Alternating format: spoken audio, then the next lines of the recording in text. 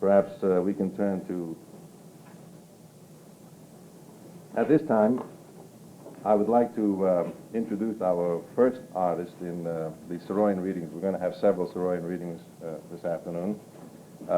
He's a composer and a poet, and he's performed often in choral groups, and today he turns his talents to oral interpretation and reading. He will read the preface to Saroyan's first book, The Daring Young Man on the Flying Trapeze, and the opening paragraph of 70,000 Assyrians. At this time, I want to introduce Mr. Charles Kasbarian.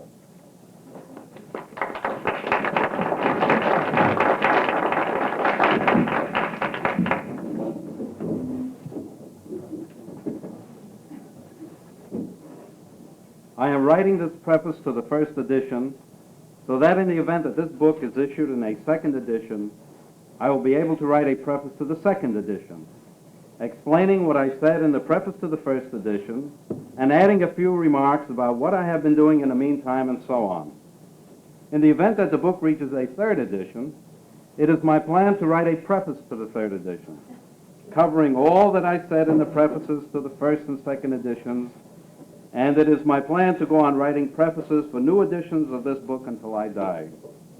After that, I hope there will be children and grandchildren to keep up the good work. In this early preface, when I have no idea how many copies of the book are going to be sold, the only thing I can do is talk about how I came to write these stories.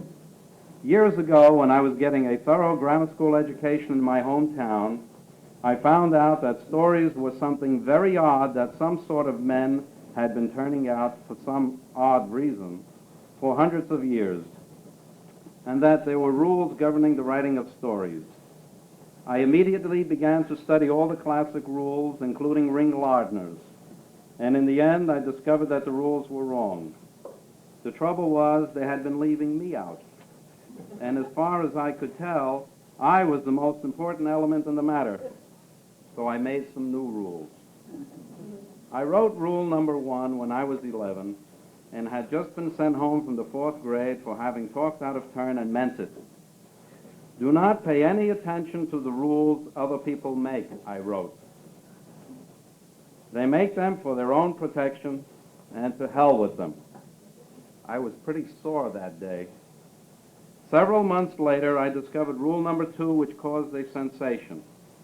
At any rate, it was a sensation with me. This rule was, forget Edgar Allan Poe and O. Henry and write the kind of stories you feel like writing.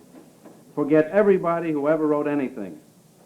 Since that time, I have added 4 other rules, and I have found this number to be enough.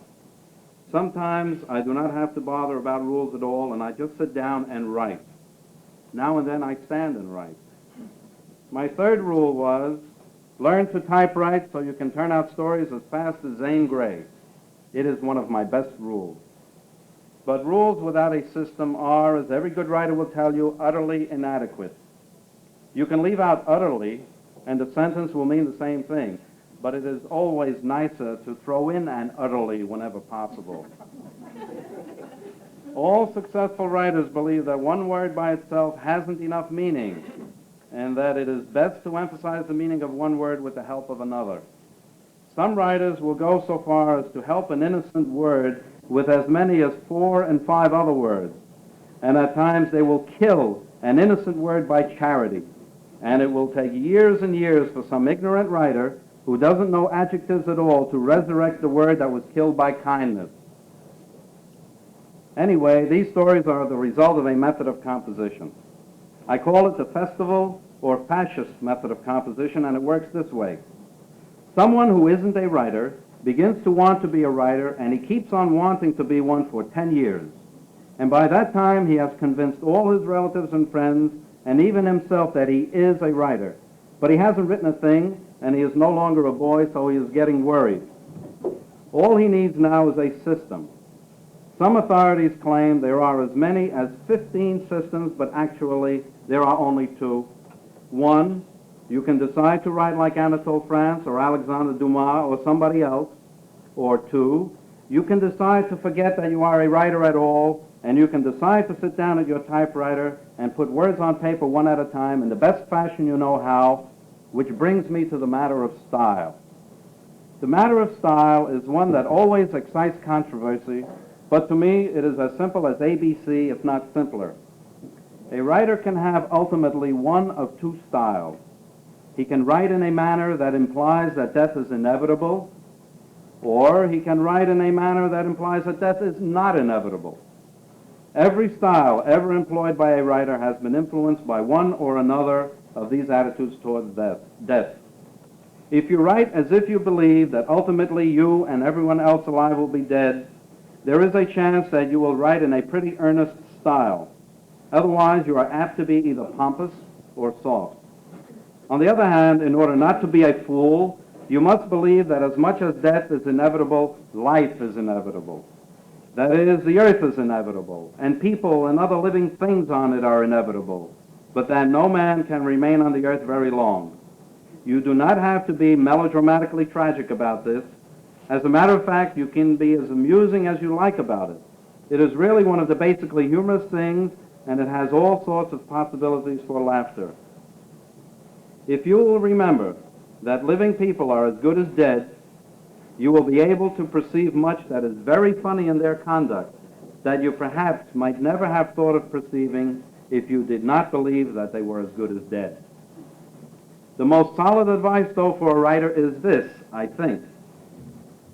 Try to learn to breathe deeply, really to taste food when you eat, and when you sleep, really to sleep. Try as much as possible to be wholly alive with all your might, and when you laugh, laugh like hell. And when you get angry, get good and angry. Try to be alive. You will be dead soon enough.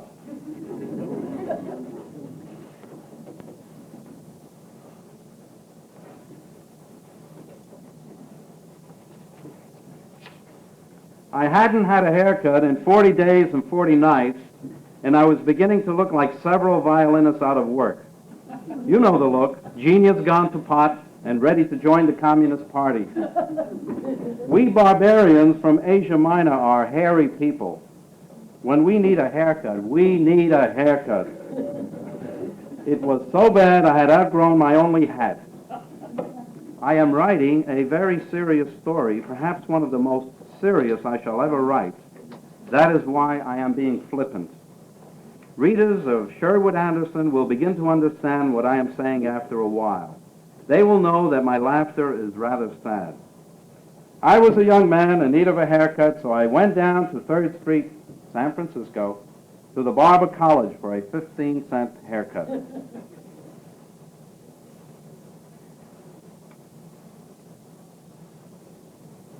We are a small people, and whenever one of us meets another, it is an event. We are always looking around for someone to talk to in our language. Our most ambitious political party estimates that there are nearly 2 million of us living on the earth, but most of us don't think so. Most of us sit down and take a pencil and a piece of paper, and we take one section of the world at a time and imagine how many Armenians at the most are likely to be living in that section, and we put the highest number on the paper, and then we go on to another section. India, Russia, Soviet Armenia, Egypt, Italy, Germany, France, America, South America, Australia, and so on. And after we add up our most hopeful figures, the total comes to something a little less than 1 million.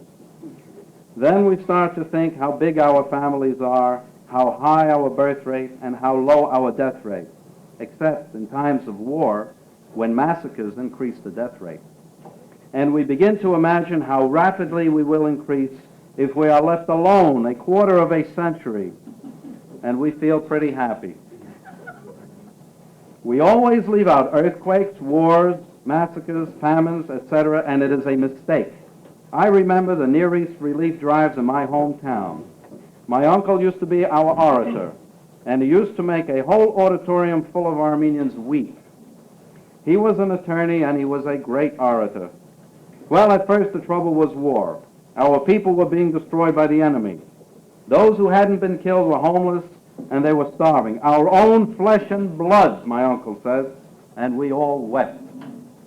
And we gathered money and sent it to our people in the old country, Then after the war, when I was a bigger boy, we had another Near East relief drive, and my uncle stood on the stage of the Civic Auditorium of my hometown, and he said, "Thank God this time it is not the enemy, but an earthquake. God has made us suffer.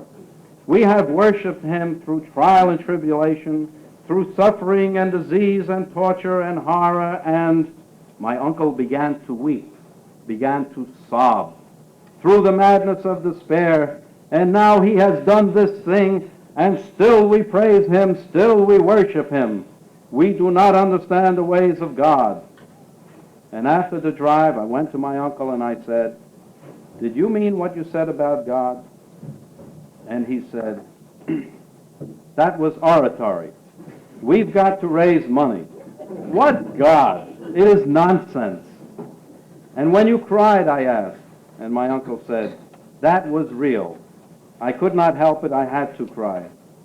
"Why, for God's sake, why must we go through all this goddamn hell? What have we done to deserve all this torture? Man won't let us alone. God won't let us alone. Have we done something? Aren't we supposed to be pious people? What is our sin? I am disgusted with God. I am sick of man. The only reason I am willing to get up and talk is that I don't dare keep my mouth shut. I can't bear the thought of more of our people dying. Jesus Christ, have we done something?"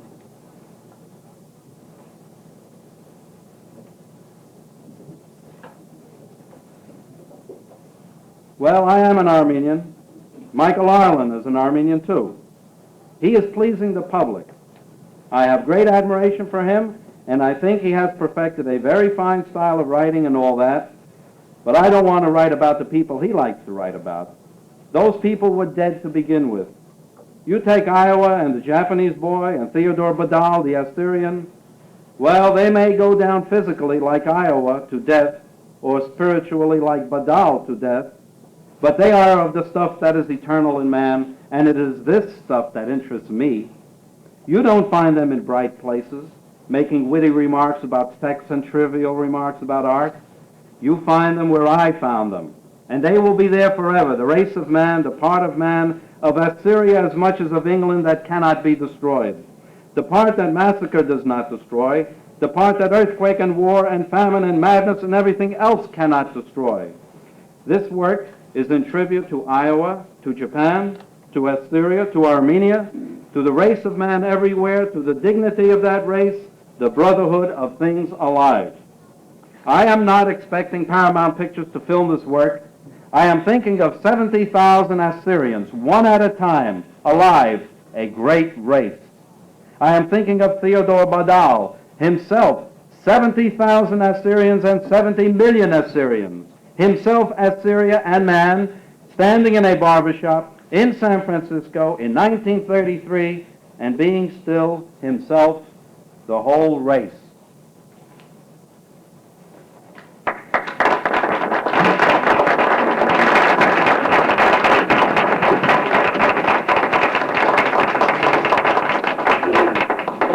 Thank you, Mr. Kasbarian.